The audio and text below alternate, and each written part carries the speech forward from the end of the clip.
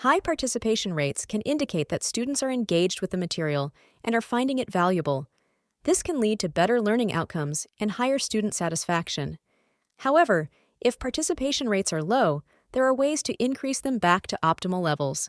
So, in this course, we're going to be talking about how to increase course participation rates, and we're going to go over techniques and strategies to increase the motivation and commitment of the people who enroll in your courses so that they are more likely to actually finish them. Let's start talking about the human brain. Hopefully, this will be useful for you too, because it might help you understand why we think the way we do, why we do things the way we do, and it might even help you finish your stuff. You may be wondering why we're talking about the human brain in a course on how to increase your students' consumption rate, but believe it or not, this is a big part of understanding how to get your students to consume more. So, even though I'm teaching you certain triggers, certain strategies and things to implement, you can think of other things along the way that can really help your students. Now let's talk about dopamine for a second. And no, it's not a drug or anything. It is a chemical that is being produced by your brain. According to WebMD, dopamine is a type of neurotransmitter. Basically, your body produces it. Dopamine plays a role in how we feel pleasure. It is a large part of the unique human ability to think and plan. It helps us to push ourselves, focus, and find interesting things. So as you can imagine, as the course progresses, it will make people think, "Oh, this is great. I finished this course," or "I completed this topic," or "I passed the quiz." It's some kind of chemical reward. Let's see a different perspective. According to UPMC Health, dopamine controls many functions, including behavior, emotion, and cognition.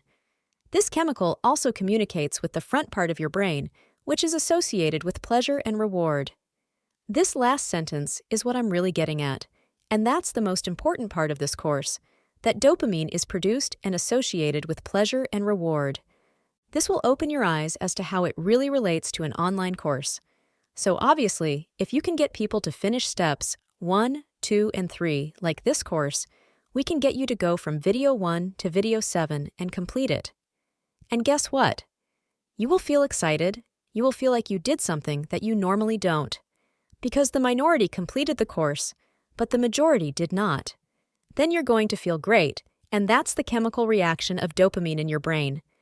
And if you're serious about learning and advancing your career, I highly recommend checking out wiserr.io, where with a free subscription, you will be able to earn certificates for the courses you watch here on our YouTube channel.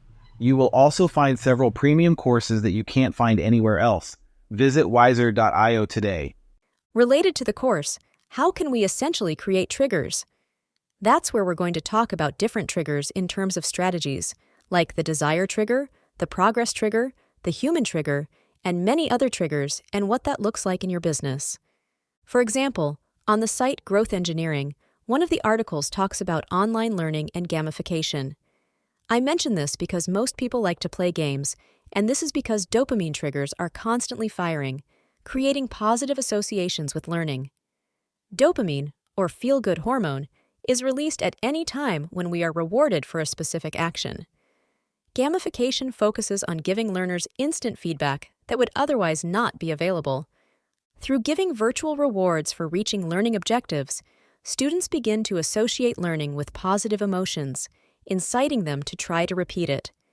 In other words, if you can create a positive, exciting, interesting, and even fun experience from the beginning, they will want to continue. Now, if you enjoyed this video and you'd like to learn more about how to use the desire trigger with your students, then check the next lesson in this series. Also, don't forget to like this video and subscribe to our channel so we can keep creating new lessons and courses for you. Thank you so much for watching, and I'll see you in the next lesson. Bye.